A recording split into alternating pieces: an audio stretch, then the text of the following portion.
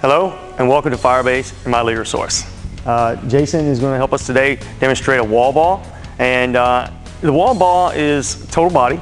It's going to incorporate the upper body, it's going to incorporate the lower body, it's going to bring in some strengthening, it's going to bring in some endurance, some coordination, and some balance.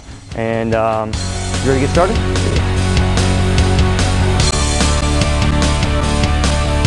Some of the key points that's going to set you up for success is really the body position that's going to start you out to help launch that ball up over a 9-foot mark. If you're a male, is what we try to shoot for. If you're a female, we try to get right below that, somewhere right around 8.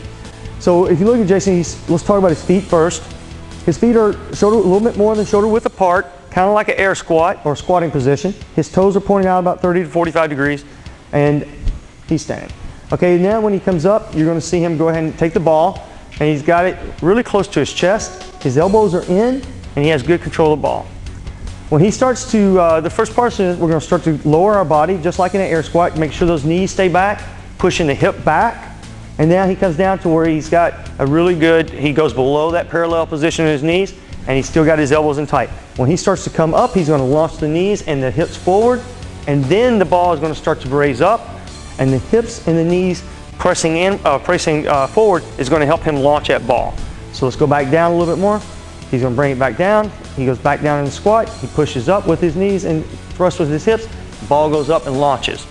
Once that ball launches, he's then going to watch it, and then it takes a little eye-and-hand coordination. He's going to catch the ball, bring it back down his chest, bring his elbows in, and now he starts to lower his body after he catches it. There we go, good. A couple of those. Let's go ahead and turn to the side and show that movement. Once again, he's got a good form. He starts to lower his body. He comes up. His hips are thrusting. Then the ball starts to leave out. He catches it before he starts to squat, and we're good to go. Okay, Jason. So that's the key points to that. Now what we're going to have is we're going to use a wall now. We did that one without a wall to show you some of the key points for instructional reason. But now we're going to use the wall because it's going to help you get into and create a cardiovascular effect the more you do it. Okay? So let's go ahead and show them a couple of those, Jason.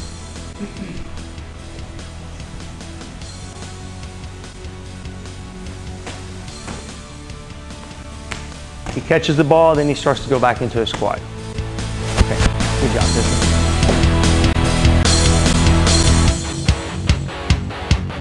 Now we're going to go into some common faults. Some common faults go just like the air squat and the squat. Your feet not shoulder width apart, straight forward, too narrow at that point, or whenever you start to lower your body, at the point your knees come out and then you go down, or your knees start to buckle, there you go, or your knees start to buckle inward, which is not going to put for a very good positioning. It's going to put a lot of stress on your knees. And then go back and get out of that position, Jason. It really looks bad. And then the second piece of it is we tend to let those elbows come out, and we think about pushing the ball with all arm strength and not using the knees and the hips to thrust that ball up. So you can see here, now then the arms are doing all the work. What we want to be able to do, is have those knees, those hips thrust forward, and then that helps launch that ball up. Just like that, good. Almost like effortlessly. Okay. The other common fault on the way back down when you catch the ball, you're already going into a squat. So what happens is the ball comes up, and when it's coming back down, you're already squatting, and you lose a little bit of eye-hand coordination. You're not controlling, and now then your body tends to either come over, you lose that engagement of the core muscles to kind of help you lower the body. Anything else you think of based on that? Okay.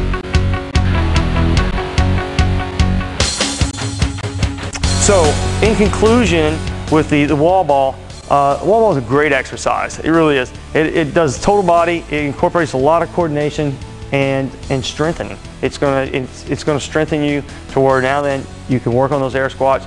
You're putting a little bit more on the upper body, and we use the wall just kind of help us get some repetitions in at a little faster pace.